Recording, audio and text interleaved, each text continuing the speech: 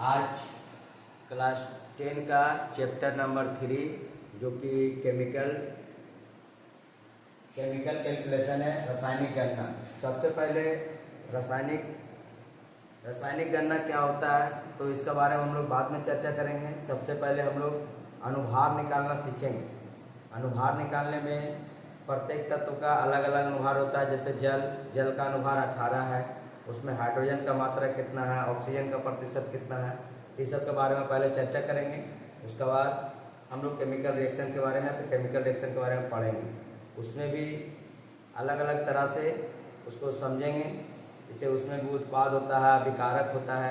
इससे पहले हम लोग सबसे पहले जानते हैं कि सूत्र का अनुभार कैसे कैसे निकलता है। जैसे कि आप लोगों की किताब में क्लास चैप्टर 10 में वेस्ट बंगाल में ही दिया हुआ था कि सबका द्रव्यमान संख्या। ऐसे तो आप लोग 1 से 30 तक के तत्वों का द्रव्यमान संख्या याद रखिएगा तो आपके लिए अच्छा होगा, क्योंकि अगर आप तत्व का द्रव्यमान संख्या परमाणु संख्या दोनों याद रखते हैं तो आपको न्यूमेरिकल बनाने में सुविधा होगा, अनुभार निकालने में सुविधा होगा और केमिकल रिएक्शन के तहत जो अभिकारक उत्पाद टूटता है तो उससे आपको और भी आसानी होगा। जैसे पहले दिया है रासायनिक गणना में, रासायनिक गणना से पहले हम लोग अनुभार निकालना, द्रव्यमान संख्या, परमाणु संख्या, इसको सीखेंगे। जैसे हाइड्रोजन का परमाणु द्रव्यमान 1 होता है, कार्बन का 12 होता है, नाइट्रोजन का 14 होता है और सबका संकेत भी अलग अलग होता है। जैसे हाइड्रोजन का संकेत H होता है, H लिखेंगे, कार्बन का C होता है, नाइट्रोजन का N होता है, ऑक्सीजन का O होता है, फ्लोरीन का F होता है, सोडियम का Na होता है, मैग्नीशियम का Mg होता है, एल्युमिनियम का Al होता है, फास्फोरस का P होता है और सल्फर का S होता है। जिसमें सबका द्रव्यमान संख्या दिया गया है। जैसे हाइड्रोजन का 1, कार्बन का 12, नाइट्रोजन का 14, ऑक्सीजन का 16, फ्लोरीन का 19, सोडियम का 23, मैग्नीशियम का 24, एल्युमिनियम का 27, फास्फोरस का 31, सल्फर का 32, क्लोरीन का 35.5 द्रव्यमान संख्या। तो क्लोरीन का संकेत क्या है? C और N। क्लोरीन का संकेत है Cl। उसके बाद कैल्शियम का Ca, लोहा का Fe, कॉपर का Cu, कॉपर मतलब तांबा, जस्ता का Zn, ब्रोमीन का Br, सिल्वर का Ag, आयोडीन का I, पारा का Hg और लेड का Pb होता है। इतना आप लोग का द्रव्यमान संख्या दिया गया है, इतना आपको जानकारी रखना ही पड़ेगा आपकी किताब के अनुसार। ऐसे तो 1 से 30 तक अगर आपके पास जानकारी है तो बहुत अच्छा। जैसे hydrogen, helium, lithium, beryllium, boron के बाद कार्बन के बाद nitrogen, oxygen, fluorine, neon, sodium, magnesium, aluminium, silicon के बाद phosphorus, sulphur, argon, sodium, potassium, scandium, titanium, vanadium. तो इस तरह से आपको अगर 30 तक याद है तो आपको अच्छा रहेगा, ताकि आपको परमाणु संख्या, द्रव्यमान संख्या, अनुभार निकालने में सुविधा होगा। जैसे कि हम लोग अभी जानते हैं कि न्यूमेरिकल बनाएंगे तो उसमें 2 चीज आता है कि एनटीपी पर क्या होता है, एसटीपी पर क्या होता है। तो पहले एनटीपी का फुल फॉर्म कभी कभी यही पूछ देता है। इसका होता है normal temperature pressure, normal temperature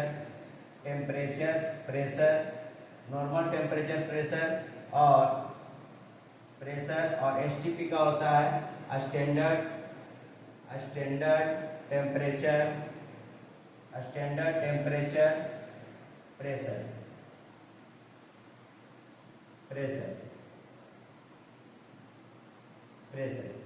तो एसटीपी पर, एनटीपी पर गैसों का आयतन पूछा जाता है। तो इससे पहले कि हम लोग जैसे जानते हैं कि अगर जल है H2O तो इसका अनुभार कितना होता है। H2O का अनुभार कितना होता है? H2O का अनुभार पता है कि देखिए अभी हाइड्रोजन का द्रव्यमान संख्या, इसको द्रव्यमान संख्या पर अनुभार निकालते हैं। अनुभार को हम लोग द्रव्यमान संख्या पर निकालते हैं, इसको अनुभार बोलते हैं या तो परमाणु द्रव्यमान, जो भी आपको बोलना है, लेकिन इसको अनुभार या तो परमाणु द्रव्यमान कहते हैं।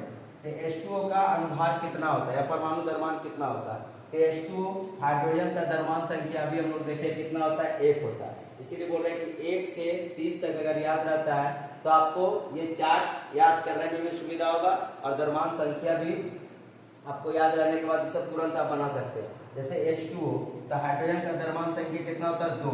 तो हाइड्रोजन का द्रव्यमान संख्या होता है 1, तो 1 है, यहाँ पर कितना हाइड्रोजन है, 2 हाइड्रोजन है, तो 1 गुना 2 प्लस ऑक्सीजन का द्रव्यमान संख्या कितना होता है, 16, ऑक्सीजन का द्रव्यमान संख्या 16 है, तो 1 प्लस 1 गुना 2 प्लस 16 बराबर कितना हो जाएगा, 2 प्लस 16 बराबर 18।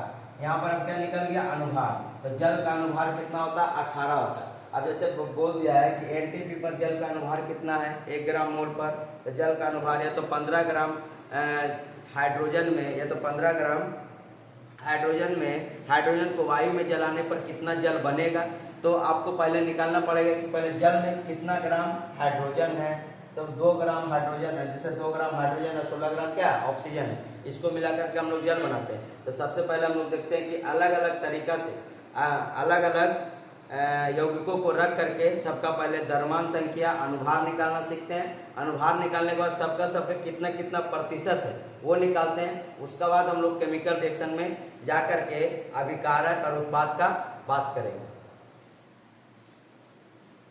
अगर आपको उतारना है तो आप इसको उतार सकते हैं, नहीं तो आप लोग का किताब में अवेलेबल है, जो कि आप लोग उससे भी याद कर सकते हैं। हम अभी थोड़ा सा फॉर्मूला बेस पे इसका अनुभार निकालना आपको हम सिखाएंगे। उतारना चाहते हो तो उतारें।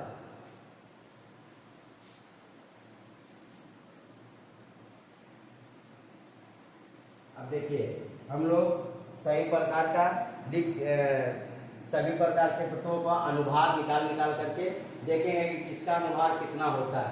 इसके बाद अनुभार से हम लोग एनटीपी पर और एसटीपी पर फॉर्मूला को बनाएंगे और उसके बारे में जानकारी प्राप्त करेंगे। सबसे पहले H2SO4, तो आपको बार बार बोल रहे हैं कि आपको द्रव्यमान संख्या याद रहना बहुत जरूरी है, नहीं तो आप नहीं कर पाइएगा। जैसे कहने का मतलब है पहला दे दिया है H2SO4, H2SO4, तो हाइड्रोजन कितना है, तो हाइड्रोजन 2 है, तो हाइड्रोजन का परमाणु संख्या कितना है, 1 है, तो 1 गुना 2 प्लस सल्फर का कितना है, तो सल्फर का परमाणु संख्या 32 है, द्रव्यमान संख्या 32 है, इंटू प्लस उसका बाद 1 सल्फर है, यहाँ पर देख लीजिए हाइड्रोजन 2 है, सल्फर 1 और ऑक्सीजन कितना है 4 है, तो ऑक्सीजन का एक द्रव्यमान संख्या होता है 16, तो 16 गुना कितना कर देंगे हम लोग 4, तो 16 गुना 4 करेंगे। अब सबको जोड़ देंगे, 1 गुना 2 2, इसका हो जाएगा सल्फर का 32 और 16 चौका 64।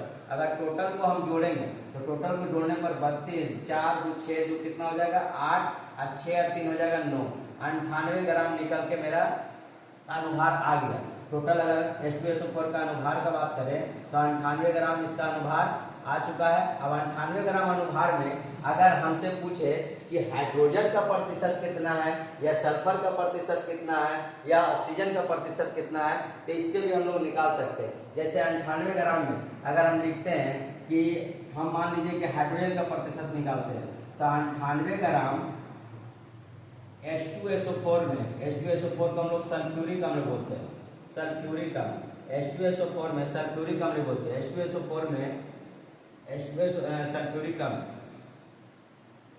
सल्फ्यूरिक अम्ल में किसका पूछ रहा है H2SO4 में, तो 98 ग्राम H2SO4 में सल्फ्यूरिक अम्ल में हाइड्रोजन की मात्रा कितना ग्राम है, तो हाइड्रोजन की मात्रा है 2 ग्राम, कितना ग्राम 2 ग्राम, तो इसलिए 1 ग्राम में कितना निकलेगा, तो 2/98, इसीलिए हमको पूछ रहा प्रतिशत में, तो 100 ग्राम में कितना निकलेगा, तो 100 ग्राम में निकालते हैं 2/98 गुना 100, तो यहाँ पर कितना आ जाएगा 200/98। अगर भागा देंगे तो पॉइंट में कुछ आएगा, 98 दूनी होता है 196, 2 और उसके बाद 98 से भाग दे सकते हैं 200 में, तो 98 दूनी होता है 196, बचेगा 4, यहाँ पे पॉइंट लगाएंगे तो 0 और नहीं कटेगा तो फिर एक बार पॉइंट लगा देंगे, 0 लगा देंगे तो 0 हो जाएगा 400, तो 98 बचे कितना हो जाएगा 4 बार में 196, 2 बार में तो 3 बार में लगा के देखते हैं 98 3 8 3 24 2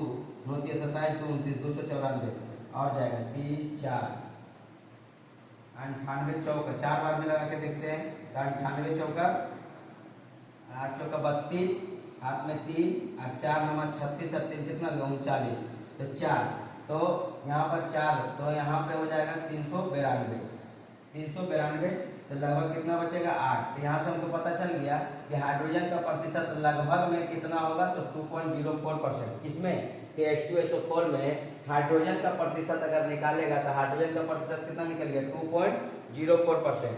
ये हाइड्रोजन का निकल गया। अगर इसी तरह अगर हम सल्फर का निकालना चाहें तो सल्फर का भी निकल सकता है। फिर वही चीज लिखेंगे, सल्फर का निकालना, सल्फर का प्रतिशत, तो सल्फर का प्रतिशत निकालने के लिए हम वही करेंगे। चूंकि 98 ग्राम H2SO4 में सल्फर की मात्रा कितना ग्राम है? 32 ग्राम है। तो 98 ग्राम में इतना, तो 1 ग्राम में कितना होगा? 32/98। तो कितना ग्राम में पूछा है हमको? 100 ग्राम में, मतलब प्रतिशत में। तो 32/98 अब गुना 100, इससे हम निकल सकता है। अब यहाँ से कर सकते हैं, 4 से कटेगा, तो 4 से 2 से 16 बार में, 2 से इसको 49 बार में, तो 1600/49। अब इसको प्रतिशत में तोड़िएगा, भागा दे करके, तो निकल जाएगा। क्यों निकलेगा? वही आंसर होगा।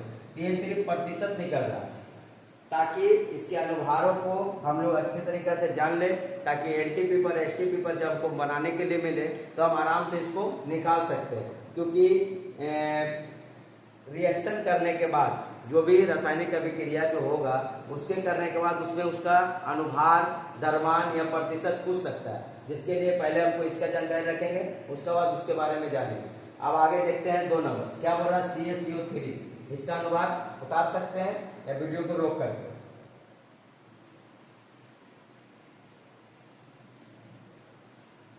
जिसका निकालना रहेगा आराम से निकल जाएगा। अब CaCO3 का बात करते हैं, जिसको हम लोग कैल्शियम कार्बोनेट बोलते हैं। CaCO3 इसको हम लोग कैल्शियम कार्बोनेट बोलते हैं। Calcium carbonate CaCO3। अब देखिए कैल्शियम का द्रव्यमान संख्या कितना है? तो 40 है। पहले कैल्शियम कितना है? 1 है। कार्बन कितना है? 1 है। ऑक्सीजन कितना है? 3 है। तो कैल्शियम का कितना है? 40। कार्बन का कितना हो जाएगा? तो 6 दूनी के 12, और ऑक्सीजन का कितना हो जाएगा? 16 गुना 3। यहाँ पर हम टोटल जोड़ेंगे तो 40 + 12, 16 × 48, 40 और 48, 88, 12 कितना हो जाएगा? 100। अब 100 ग्राम मेरा यहाँ पर क्या आ गया? Calcium carbonate. तो इसका टोटल अनुभार कितना हो जाएगा? 100 ग्राम। ठीक है, इसका अनुभार कितना हो गया? 100 ग्राम। ठीक है, या तो 100 म्यू भी बोल सकते हैं, इससे कोई दिक्कत नहीं। अब 100 ग्राम में अगर हमको कार्बन का पूछे, या ऑक्सीजन का पूछे, या फिर हमको कैल्शियम का पूछे, किसी का एक परसेंटेज पूछेगा तो हम आराम से निकाल सकते हैं। कैसे निकालेंगे? आपको ये बताया कि 100 ग्राम CaCO3 में कैल्शियम की मात्रा कितना ग्राम है? तो 40 ग्राम है। इसीलिए 1 ग्राम में निकालेंगे तो कितना निकलेगा? 40/100। इसीलिए 100 ग्राम में निकालेंगे 100 परसेंटेज में, तो 40/100 इंटू कितना हो जाएगा? 100। प्रतिशत के लिए हम 100 लगा रहे हैं, ये नहीं सोचिएगा कि 100 आप कहाँ से ला रहे हैं, हम प्रतिशत के लिए। अगर टोटल देखिए अनुभार कितना निकला है? तो 100 ग्राम निकला है। 40 + 12 + 48, 100 ग्राम अनुभार है। तो 100 ग्राम अनुभार CaCO3 में कैल्शियम की मात्रा कितना % है? तो 40 है, मतलब 40 ग्राम है। तो 1 ग्राम है, इसीलिए 100 ग्राम। 100 किसके लिए? तो प्रतिशत के लिए। 100 से 100 खत्म, कितना निकल गया? 40%। मतलब यहाँ पर CaCO3 में कैल्शियम का जो प्रतिशत है कितना % है? 40% है। अगर हम कार्बन का लेंगे तो 12% निकलेगा, अगर हम ऑक्सीजन का लेंगे तो 48% निकलेगा। सबका अलग अलग हिस्सा निकल गया, अलग अलग करके। अब इसके बाद हम लोग देखते हैं CO2 का अनुभार कितना होता है? CO2 का अनुभार कितना होता है? जैसे कि मान लीजिए अनुभार अगर आपको पता नहीं रहेगा तो कोई भी क्वेश्चन में आप फंस सकते हैं कि अनुभार क्या होता है, समझ में नहीं आएगा। इसलिए हम सबसे पहले एक टॉपिक स्टार्ट करने से पहले हम अनुभार बता देते हैं, उसके बाद हम केमिकल रिएक्शन के बारे में बताएंगे। CO2 में कितना होगा? CO2 जिसमें कार्बन कितना है? 1 है। ऑक्सीजन कितना है? 2। तो कार्बन का परमाणु द्रव्यमान संख्या कितना होता है? 12, और ऑक्सीजन का कितना होता है? 16। 16 × 2 कर देना है, तो 12 प्लस का 2 ऑक्सीजन है, तो 16 दूनी कितना हो जाएगा? 32। तो 32 से 12 कितना हो जाएगा? 44 ग्राम।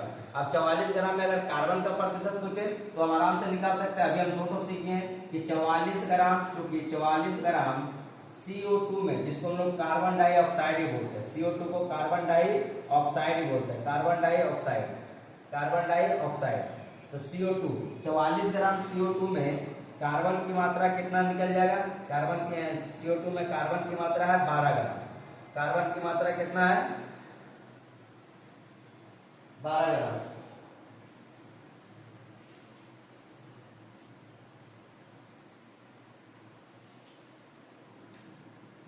कार्बन की मात्रा है 12 ग्राम। इसीलिए 1 ग्राम में कितना निकलेगा? 12/14। 44, इसीलिए 100 ग्राम में कितना निकलेगा प्रतिशत के लिए, तो 12/44 गुना में 100। अब यहाँ से हम लोग परसेंटेज निकाल सकते हैं। 2 से काटेंगे 6 बार में, 2 से काटेंगे 22 बार में, फिर 2 से 3 बार में, 2 से 11 बार में, मतलब 300/11। 11 दूनी 22, 8 जीरो, 11 सत्ती 77, 3 जीरो पॉइंट लगा देंगे तो 11 दूनी 22,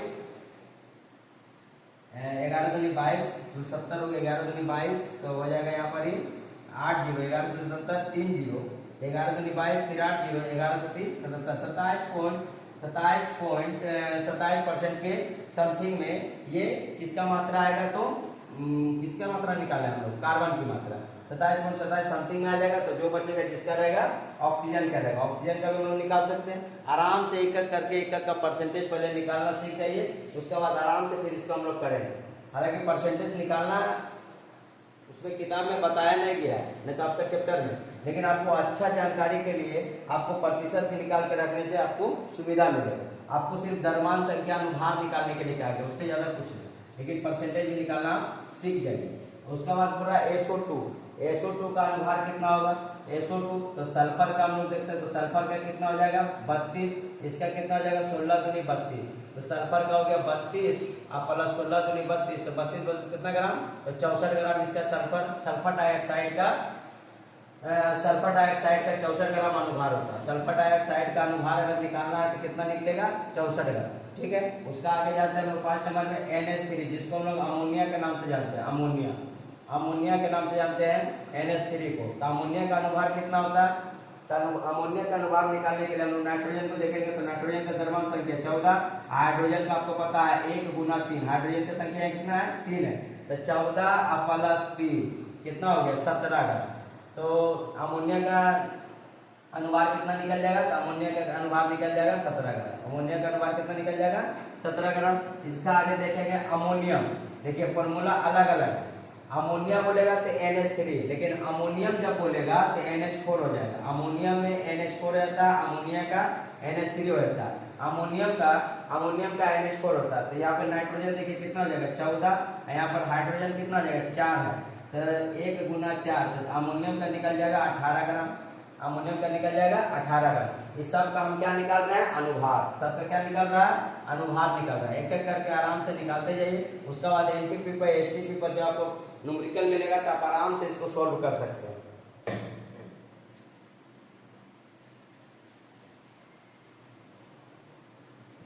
आगे देखिए, आगे बोल रहा है KClO3, जिसका नाम हम लोग बोलते हैं पोटेशियम क्लोराइड। पोटेशियम क्लोराइड को क्या बोलते हैं हम लोग, KClO3 को हम लोग पोटेशियम क्लोराइड बोलते हैं। तो देखिए यहाँ पर क्या दिया हुआ है, इसको K से हम लोग पोटेशियम बोलते हैं, इसका अगर लैटिन नाम बोले तो कैलियम है, कैलियम नाम बोल करके हम लोग इसको पोटेशियम बोलते हैं। पोटेशियम को हम लोग यहाँ पर कितना लिखेंगे, द्रव्यमान संख्या 39, क्लोरीन का कितना लिखेंगे 35.5, और ऑक्सीजन के वो है 3 वो है, तो 16 × 3 कर देंगे, सबको जोड़ देते हैं। तो यहाँ पर 39 प्लस 35.5, क्लोरीन का कहीं भी 35 लेगा 35.5 होता है, 35.5 ही लेंगे, और 16 से कितना हो जाएगा 48, आप सबको जोड़ देते हैं तो 48, तो यहाँ पर हम जोड़ते हैं 0.5 लिख देते हैं पहले भी, 8 5 13, और 13 9 कितना होता है 22, 13 में हो गया 22 का 2 हाथ में 2, 4 3 7 और 3 कितना हो गया 10, 4 3 7 और 3 हो गया 10, और 10 2 12, 122.5 ग्राम क्या निकल गया पोटेशियम क्लोराइड का अनुभार। पोटेशियम क्लोराइड का अनुभार 122.5 ग्राम। अब इसका आगे चलते हैं हम लोग, AgNO3 मतलब बोले तो सिल्वर नाइट्रेट। AgNO3 को हम लोग सिल्वर नाइट्रेट के नाम से जानते हैं, सिल्वर नाइट्रेट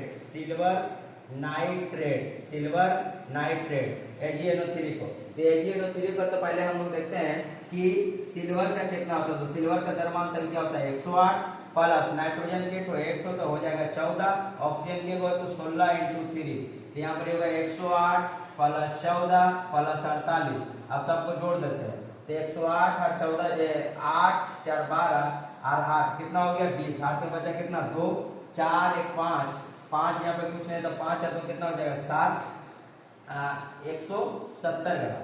170 ग्राम किसका निकल गया, तो सिल्वर नाइट्रेट का अनुभार। सिल्वर नाइट्रेट का अनुभार कितना निकल गया तो 170 ग्राम। सिल्वर नाइट्रेट का अनुभार कितना निकल गया? 170 ग्राम। अब हम लोग चलते हैं, इसका बनाते हैं नाइट्रोजन का सिर्फ बोला अनुभार N2 का। तो नाइट्रोजन का अनुभार हमको पता है कि एक होता है 14, तो 2 नाइट्रोजन, तो 14 दूनी कितना हो जाएगा? 28 ग्राम। 14 दूनी कितना ग्राम हो जाएगा? 28 ग्राम। आप बचा है तो सोडियम हाइड्रोक्साइड लास्ट में, सही है ना भाई? 108 62, ठीक है, 170 ग्राम। ये लोग आप लोग वीडियो को रोक रोक करके इस सबको एक एक बार उतार लीजिएगा और खुद से भी फॉर्मूला लिख करके इसको आप बनाने का कोशिश करिएगा। और भी किताब में फॉर्मूला जो भी रहेगा उसका अलग अलग फॉर्मूला निकाल करके आप लोग सबसे पहले आप लोग द्रव्यमान संख्या याद करिएगा। परमाणु संख्या, द्रव्यमान संख्या आप लोग को याद होना चाहिए, कम से कम 1 से 30 तक। उसके बाद कुछ कुछ है, जैसे कि मान लीजिए सिल्वर है, सोना है, तांबा है, उसके बाद सीसा है, हाँ, उसके बाद आयोडीन है। तो ये सब कुछ कुछ प्रमुख जो है, लोहा है, तो ये सबको आप लोग याद रखिएगा ताकि आप लोग को एग्जाम के समय में बनाने में दिक्कत ना हो।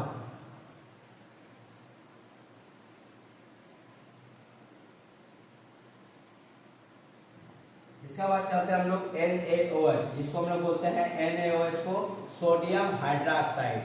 Sodium hydroxide, sodium hydroxide, sodium hydroxide, ठीक है। सबका रासायनिक नाम आप लोग लिखते जाइएगा अगर नहीं पता है तो, ताकि आप लोग को उच्चारण करने में सुविधा हो।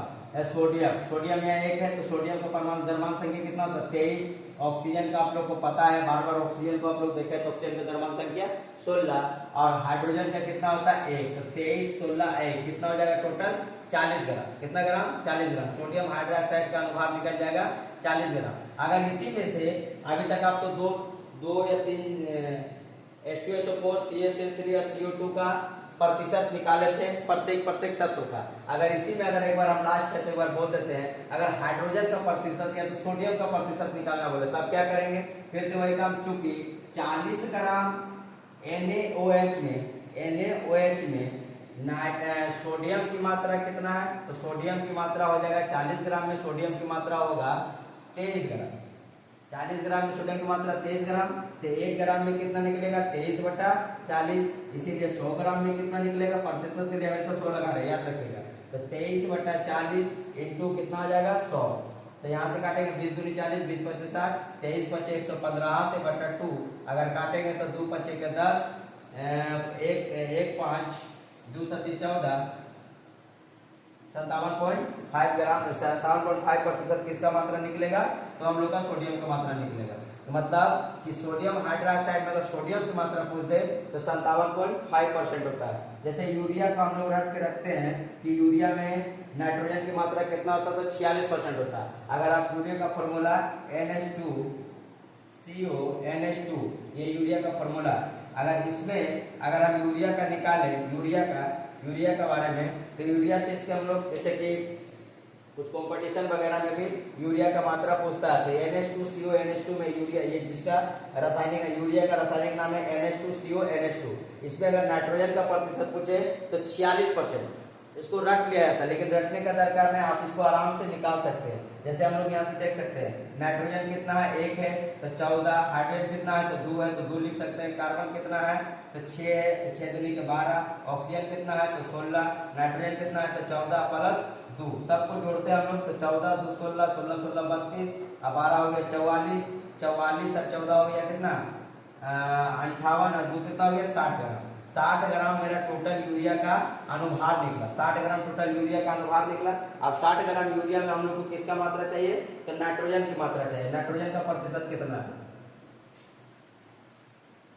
नाइट्रोजन का प्रतिशत कितना है? तो 60 ग्राम यूरिया में हम लोग नाइट्रोजन का प्रतिशत निकाल सकते हैं, लिख सकते हैं। चूंकि 60 ग्राम यूरिया में नाइट्रोजन की मात्रा कितना है? तो नाइट्रोजन की मात्रा कितना ग्राम निकलेगा? 14 ग्राम यहाँ, 14 ग्राम यहाँ, तो 14 14 28 ग्राम, 28 ग्राम। इसीलिए 1 ग्राम में कितना निकलेगा? तो 28/60। इसीलिए 100 ग्राम में कितना निकलेगा प्रतिशत के लिए? तो 28/60 गुना 100, 20 या 60, 20 25 100, 28 25 140 बटा कितना होता है? 3। जिसको काटते हैं तो 3 चौका 12, 3 चौका 12, 3 चौका 12, 2 0, 3 चौका 18 और बचा 46.66% किसकी मात्रा निकलता है? तो यूरिया में नाइट्रोजन की मात्रा कितना निकलता है? 46.46%। इसको पहले रख लिया जाता था कि यूरिया में नाइट्रोजन का प्रतिशत कितना था? 46.66%। लेकिन आप अगर अनुभाग निकालना जानते हैं तो किसी भी चीज का आप आराम से किसी भी मतलब मान लीजिए कि रासायनिक नाम लिख करके उसका अनुभाग निकाल करके आप प्रत्येक का प्रतिशत निकाल सकते हैं। आप यूरिया में अगर बोलेंगे नाइट्रोजन की मात्रा कितना था? 46.66%। अगर आपको ऑक्सीजन का निकालना तो ऑक्सीजन का निकाल सकते हैं, हाइड्रोजन का निकालना तो हाइड्रोजन का निकाल सकते हैं, कार्बन का निकालना तो कार्बन का निकाल सकते हैं। अब हम लोग एनटीपी और एसटीपी पर बात करते हैं।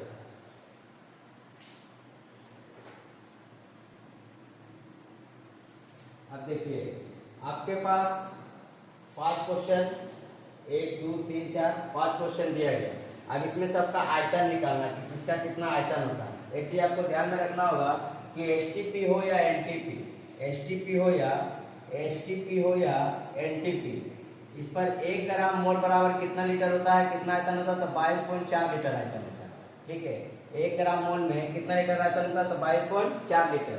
एसटीपी हो या एनटीपी, इसका 1 ग्राम मोल में 22.4 लीटर इसका आयतन होता है। अब 22.4 लीटर आयतन होता है तो हम पहले निकालेंगे कि एनटीपी पर 22 ग्राम CO2 का आयतन कितना है। पहले CO2 का आयतन कितना है तो पहले हम लोग निकालेंगे CO2 का अनुभार कितना है। हमको कितना ग्राम पे पूछा है? 22 ग्राम पे। कितना ग्राम पे पूछा है?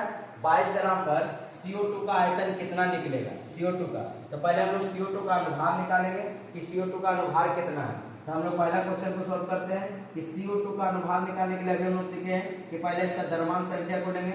कार्बन का द्रव्यमान संख्या कितना है? तो 12 है। ऑक्सीजन का कितना है? तो 16 × 2। 16 × 2 इसलिए कि ऑक्सीजन कितना है? तो 2 है। तो 12 प्लस 32 कितना हो जाएगा? 44 ग्राम। तो 44 ग्राम हो रहा कि एनटीपी पर 22 ग्राम CO2 का आयतन कितना होगा। ठीक है, तो हम आपको बताएं कि एसटीपी हो या एनटीपी 1 ग्राम मोल आयतन बराबर होता है 22.4 लीटर। तो हम यहाँ से लिखेंगे कि 44 ग्राम, चूंकि 44 ग्राम CO2 में एनटीपी पर CO2 में CO2 का ग्राम अनुभार कितना निकल रहा है? एनटीपी पर CO2 का आयतन 44 ग्राम में एनटीपी पर CO2 का आयतन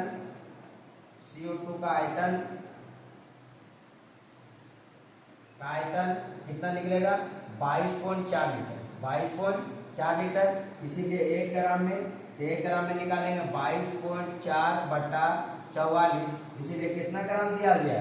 22 ग्राम। तो 22 ग्राम को हम लोग लिखेंगे ऐसे करके 22.4 बटा 44 इंटू 22 ग्राम है। तो 22 से काटेंगे 22 दूनी 44 और 2 से काटेंगे तो 11.2 लीटर। 11.2 लीटर किसका निकलेगा आयतन? तो 22 ग्राम CO2 का आयतन कितना निकलेगा? तो 11.2 लीटर। ये हमारा पहला क्वेश्चन का आंसर था कि 44 ग्राम CO2 या एनटीपी पर CO2 का आयतन 22.4 लीटर है। तो 1 ग्राम पर 22.4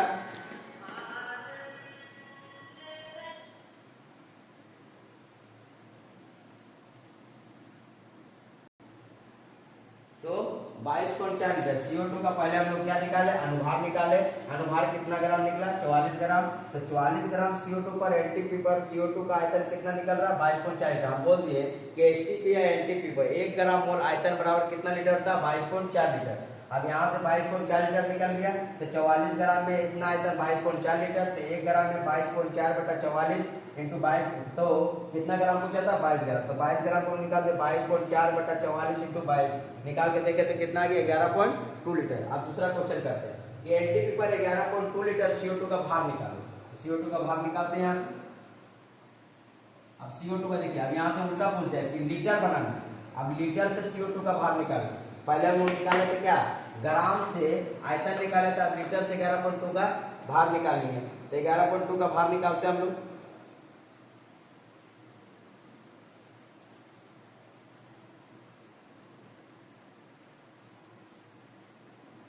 अब देखिए फिर से हम निकालेंगे CO2 का क्या निकालेंगे? पहले अनुभार। तो कार्बन का कितना है? 12। ऑक्सीजन का कितना है? तो 16 इंटू 2 कितना निकल जाएगा? 32। 16 इंटू 2 तो यहाँ पर 12 प्लस 32 कितना ग्राम निकल गया? 44 ग्राम। तो आपको पहले क्या लिखे थे कि 44 ग्राम में जो आयतन निकल रहा था तो 22.4 लीटर। अब यहाँ पर हमको 11.2 लीटर आयतन दे दिया, तो हम लोग पहले क्या लिखेंगे कि 22.4 लीटर आयतन में CO2 का भार, CO2 का अनुभार कितना ग्राम है, तो 44 ग्राम। तो 1 लीटर में, क्योंकि 1 लीटर में तो 44 बटा 22.4 लीटर, तो आपका कितना निकल 44 ग्राम 22.4 लीटर, तो कितना दिया है 11.2 लीटर। तो 44 बटा 22.4 इंटू 11.2, इसको काटेंगे तो 2 बार में खत्म, 2 से खत्म, और 2 से काटेंगे तो कितना ग्राम निकलेगा 22 ग्राम। बस जस्ट इसका पहले वाला क्वेश्चन का ही उल्टा था। पहले वाला हम लोग निकाले थे 22 ग्राम CO2 का आयतन, आप निकाल रहे 11.2 लीटर का CO2 का भार। तो CO2 का भार कितना निकलेगा 22 ग्राम। जब हम इसको निकाले थे तो 11.2 लीटर आयतन निकला था। अब 11.2 लीटर को हम लोग जब भार बनाए तो कितना ग्राम निकला है 22 ग्राम। कितना ग्राम 22 ग्राम। आप इसको आराम से उतार लीजिए।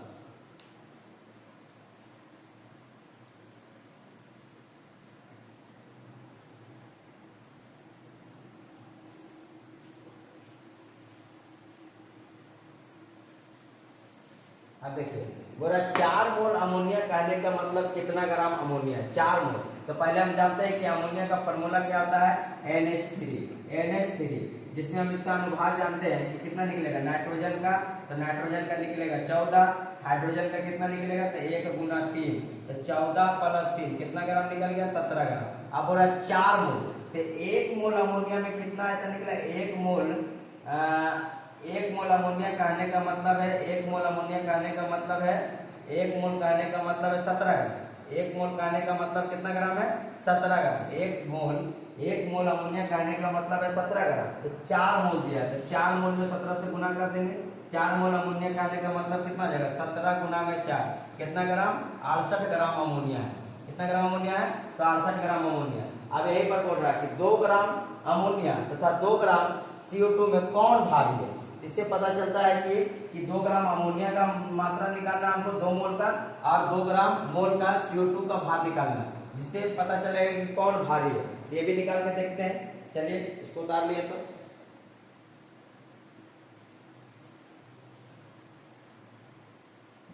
अब देखिए 2 ग्राम अमोनिया का फॉर्मूला अभी हम लोग किए हैं। अमोनिया का अनुभार कितना निकल रहा है तो 17 ग्राम निकल रहा है। तो 2 मोल, तो 1 मोल अमोनिया का मान कितना होता है 1 मोल अमोनिया का मान होता है 17 ग्राम। 1 मोल अमोनिया का मान होता है 17 ग्राम। 1 मोल अमोनिया का मान होता है 17 ग्राम।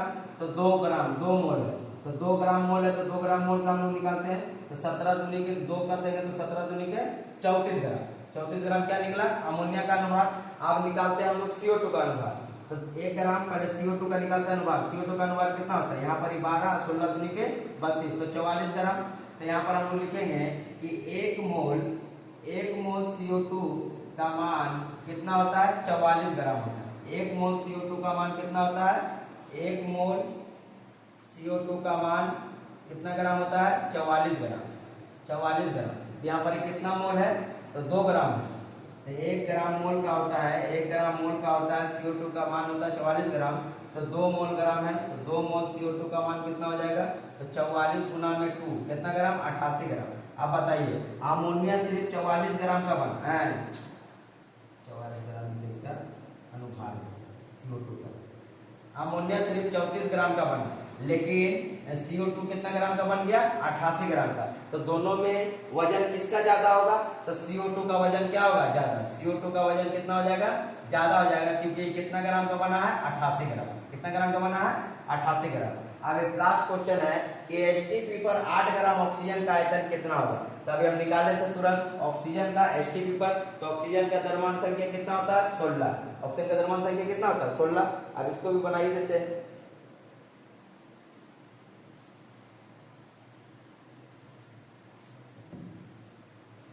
H2 पर 8 ग्राम ऑक्सीजन का आयतन पूछा गया हमसे। तो पहले हम निकालते हैं कि ऑक्सीजन का द्रव्यमान संख्या कितना होगा। ऑक्सीजन मतलब हम लोग लिखते हैं क्या O2। ऑक्सीजन का अनुभार निकालेंगे तो 16 गुना 2 कितना हो गया 32 ग्राम। कितना ग्राम 32 ग्राम। आयतन पूछा है, याद रखिएगा जब भी आयतन पूछेगा तो इसको शुरुआत में लिखेंगे 22.4 लीटर, पीछे लिखेंगे तो हम लोग लिखेंगे 32 ग्राम ऑक्सीजन में तो ऑक्सीजन एसटीपी पर मोल का आयतन कितना हो जाएगा 22.4 लीटर। एक मोल का आयतन कितना हो जाएगा 22.4 लीटर। इसीलिए 1 ग्राम पर तो 22.4 बटा 32, इसीलिए कितना ग्राम पर पूछा है 8 ग्राम पर ऑक्सीजन का आयतन निकाल देंगे। 22.4 बटा 32 और गुना में कितना से गुना करेंगे 8 से। 8 बटा 8 चौका 32, 4 से काटेंगे तो कितना बार में कटेगा 4 बचे 20.4 छक्का 24, 5.6 लीटर। 5.6 लीटर इसका क्या निकलेगा आयतन निकलेगा। एसटीपी पर 8 ग्राम ऑक्सीजन का आयतन कितना है 5.6 लीटर। तो ये अभी तक अनुभाग निकाल करके कुछ न्यूमेरिकल का क्वेश्चन हम लोग सोल्व किए और इसके बारे में जाने। कल आपको हम केमिकल रिएक्शन में कैसे क्या बनता है, जैसे कि जल बन रहा है तो H2O को हाइड्रोजन को ऑक्सीजन के प्रति जलाएंगे तो वो कितना ग्राम हाइड्रोजन और ऑक्सीजन बनेगा। तो कल हम लोग उत्पाद, प्रतिकारक, रिएक्टेंट और प्रोडक्ट के बारे में जानेंगे और उसके बारे में बताएंगे। और रासायनिक अभिक्रिया का सारा क्रिया कल किया जाएगा और कल करने के बाद कल इस चैप्टर का लगभग क्वेश्चन आप बना के देखिएगा बनता है कि नहीं, लेकिन इसके लिए एक वीडियो और बनेगा। धन्यवाद।